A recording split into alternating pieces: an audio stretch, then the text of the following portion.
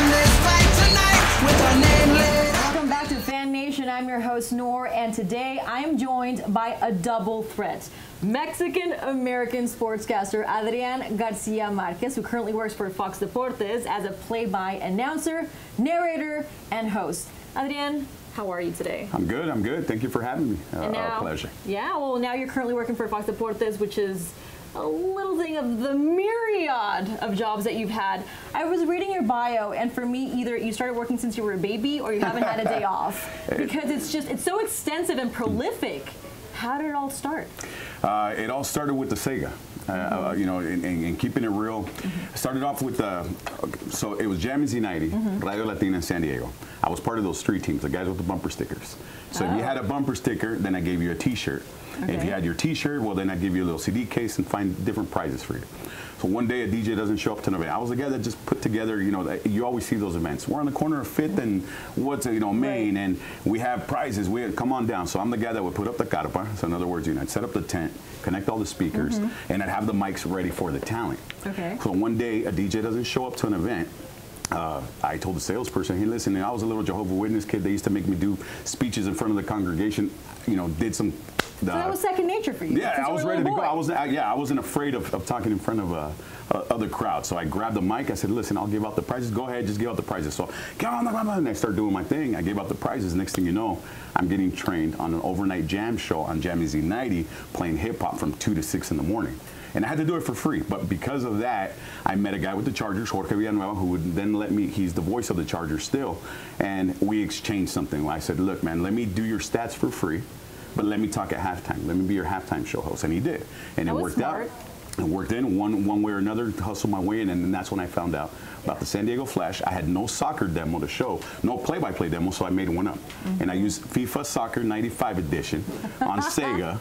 And I grabbed, that was the first video game I remember that had that crowd noise. It did. It was legit. It was like, a little chance. So I grabbed that, put it on a cassette tape, threw it in a boombox. I recorded America contra River. It was Copa Libertadores.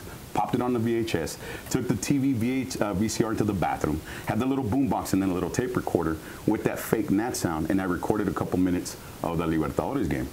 Well, while I did that, I obviously made a little demo, about 1:30. I sent that to the San Diego Flash. Immediately the guy says, hey, I love what I heard. Where was this at?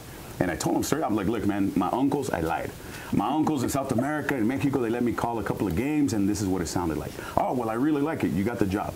But I need you to still show up at the auditions. And you know how this is. You still got to go through the audition. Protocol. Exactly. So I went, did all that stuff. But that same afternoon, though, I couldn't. My conscience, like Jiminy Cricket with Pinocchio, it was after me.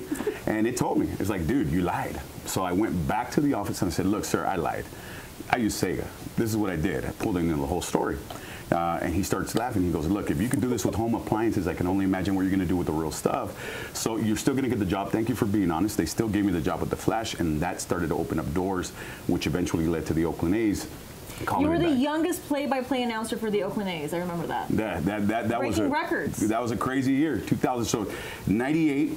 Going into 99, I'm the bumper sticker guy for Radio Latina and Jamesy 90. And in 2000, pinch me. I was there calling opening night Nomo and the Tigers against the Oakland A's, and that beautiful season that would be magical for me in 2000. So not only were you tech savvy at such a young age, but you actually enjoyed public speaking. Did you know, fun fact, public speaking is what people are most afraid of after death? Really? Yes. I didn't know that. People are terrified, and you were a natural at it. You know, you were meant to be. I still remember pulling a stunt one time in a speech class because I was trying to, because that was me. I would kind of like flip the switch when I had to during finals, etc. Yeah. So we had this speech final, and I grabbed a $1 bill I had in my pocket. I went up to the podium, and I just taped it onto the podium, and I went and did some boring speech I wrote like in 10 minutes before class. So as soon as it was done, the teacher and some of the kids in the class, they're like, hey, wait a minute, what was that $1 in the podium for? Oh, that was nothing. That was just to get your attention. And the teacher gets up, bravo, you get an A. I'm done. Yeah, I got lucky. I got lucky. I hustled, well, but I got hard lucky. work. I don't think it's luck. I think it's hard work paving the way and wanting to do it. Yeah, no, it was, and I owe a lot of people. You know, a lot of people. Don Jaime Bonilla was the first guy, and now he's the governor of Baja California. But he was the gentleman that gave me my first true break to host Padre pregame festivities in '99, and that kind of also helped open a few doors, which led to the Oakland A's eventually, and then the A's at ESPN, and then the Telemundo, and here we are, Fox Deportes. Telemundo, Univision. You were also a sports commentator for the Boston Red Sox. Correct. And now you're doing Fox Deportes. Yeah, I've been very fortunate. Diosito has been very good. And it's a rarity to have someone who is completely fluent both in English and Spanish in terms of working for television. What are you most comfortable, speaking Spanish or English? Both. I'm not gonna lie. Yeah, I can do both. I mean, it's been that way since I was a little kid. I know my dad, being hardcore Mexican style from Sinaloa, and raised in Baja California as well, he was always very adamant about speaking Spanish at home. There's something about commentating in Spanish. There's more passion to it because you have your quotes, your sayings. I think there's more excitement and energy to it. There's a different flavor. There's a different flavor, yeah. And we pick up on it, you know, and it's crazy. During the World Series just recently, we were looking at the comments from like Astros fans, and they were comparing, you know, all of the broadcasts for baseball, and the one in Spanish had a little bit more flavor because I think we all understand that it's also part of a tradition. We're not reinventing the wheel here. There's been great broadcasters that have paved the way for all of us, and they always brought the mojo, they always brought the saborcito, and it's our job to be prepared and also bring the mojo and the saborcito. It's part of what is, you know, it goes hand in hand with being a play-by-play announcer. Recipe for success. That's it. You got to try. Yes. And might I say, runner-up with Vince Scully for Call of the Year.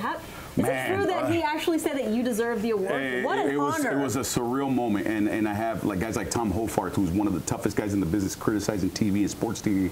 He was my witness. He was sitting at the table with me. It was surreal. Vince Scully is the guy that I would put on, even though I was a Padre fan growing up, and Jerry Coleman, I love him, may he rest in peace. Don Mario Tomas was the voice of the Padres, the original voice de los Padres, but my guy was Vince Scully.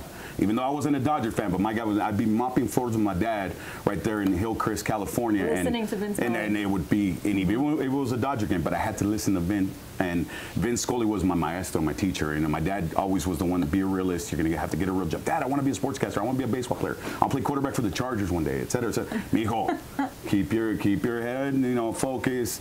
I need your schoolwork. I need you working. So there was always that mentality. But Vince Scully and those voices, Chick Hearn, they allowed me to dream in that, you know, that possibility existed for a young Latino Mexican American kid from the border, Tijuana, San Diego, that maybe I could do that too. For me, it was enough of a treat to just be considered. Be considered and be called by Vince Scully. Yeah, because that was the part, the best part where he's like, oh, I don't know, guy, I think he should have won. You should have seen it. If I could describe my eyes were getting watery. Okay. Era de esos momentos, como decimos en español, we say, trágame tierra. You want the earth, but in a good way. In a good way. Like You're swallow so me earth. Like I can't believe you're absolutely overwhelmed. That's my hero.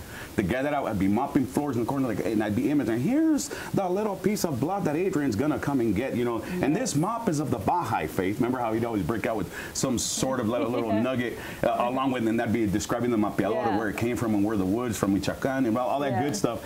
Practicing becoming Vince Scully, and that day, that afternoon, to be at that award show for the Southern California Sports Broadcasters, and to have him say, going out, his last Dodger game, and for him to throw a little sunlight my way meant a lot. It meant the world to me. Don Ben, gracias. That was enough of an award. I don't need another trophy. I don't need, as long as my hero, Vince Scully, said those words to me, that was enough for me. It's going to be enough for me. That was beautiful. It was Vince Scully. Pura clase. And so right now, fast forward to 2019, it's almost the end of it. It's so bizarre how we're almost done with 2019. We're months away from the Super Bowl. What are you currently working on with Rolando Cantu? I want to know. All right, first of all, great chemistry. Let me start with that. Okay, because in this business, that's harder to come by. You instantly become McCartney and Lennon. That's how we feel. We need synergy. It needs to work on camera. And it does, and it's natural. I think we don't try. We just, you know, como, there's a saying in español. Dios los cría, ellos se juntan. Dios los cría, ellos se juntan. Right? That's exactly what happens. So with him and I, we get along great in that he's always ultra prepared, knows the game better than most people that I know, especially his angle, being a World Bowl champion, having played it for the Arizona Cardinals, and knowing all the ins and outs from the business side as well, because I'm sure, you know, you've talked to him, international business mind, but the guy gets a lot of stuff done when it comes to talking football. And just the way he breaks down the game makes it easy for the fan that's on the fence that just likes to watch the Super Bowl understand, as well as that hardcore X's and O's fan that wants to get it right for his fantasy teams. we deliver on the air, and my job is He has just the to best of both describe it. worlds. He Yeah. brings everything. My job is just to describe it, tee it up, and let him shine. Your job and I is to think be it the works great. poet of it. El poeta en acción. Throw some palabritas there, but it's just been great working with him, the whole Fox Deportes team, being la casa del Super Bowl. Aquí se habla NFL todo el tiempo. NFL todo el tiempo, 100%. Yes, even in commercial breaks, we're talking, we're analyzing. I think sometimes we've talked about it. The shows might be better and the ratings might even be higher if we were able to record what happens between. Behind the scenes? Yeah, action, exactly, behind the scenes during commercial breaks. But this is a great team. I'm lucky to be a part of it and to be able to transmit the Super Bowl for all of our gente. It's a beautiful thing out of Miami, Super Bowl 54. And you're heading to Miami. I love Florida. There's something about Miami that there's the flavor, the environment. Everything about Miami is awesome. Yeah. Todo, and the food. That's where I got a really deep appreciation. Cubana. Ropa vieja. Ropa vieja. Ropa vieja. I'm getting hungry. Ropa vieja, spaghetti, sushi, enchiladas. Oh my God, yeah. Right there. My tops for sure. But Ropa vieja definitely went up there. My cortadito, my cubanito coffee. All of that. That on Contacto Deportivo is what gave me the energy. Let me tell you, for people that used to watch that show, I was one of the original 3 guys on there. I was the loudest one. It was the Cuban Thank coffee. God for cortadito. It was the Cuban coffee. Imagine I would have gone full slate. Oh my God. Yeah, no, and I did. Nice. It depended. If we did a West Coast update show, then yeah, el full. Pero yeah, si era nomás contacto 11 o'clock, I drink the cortadito, a little medianoche half, just to close it in, I was ready to go. Nice. But yeah, Miami's a beautiful city, and we're lucky to get to go there for the Super Bowl. Well, here's some more cortaditos in the future. So make sure that you tune into Fox Deportes with Rolando Cantú and Adrian Garcia-Marquez to get all the latest on the NFL.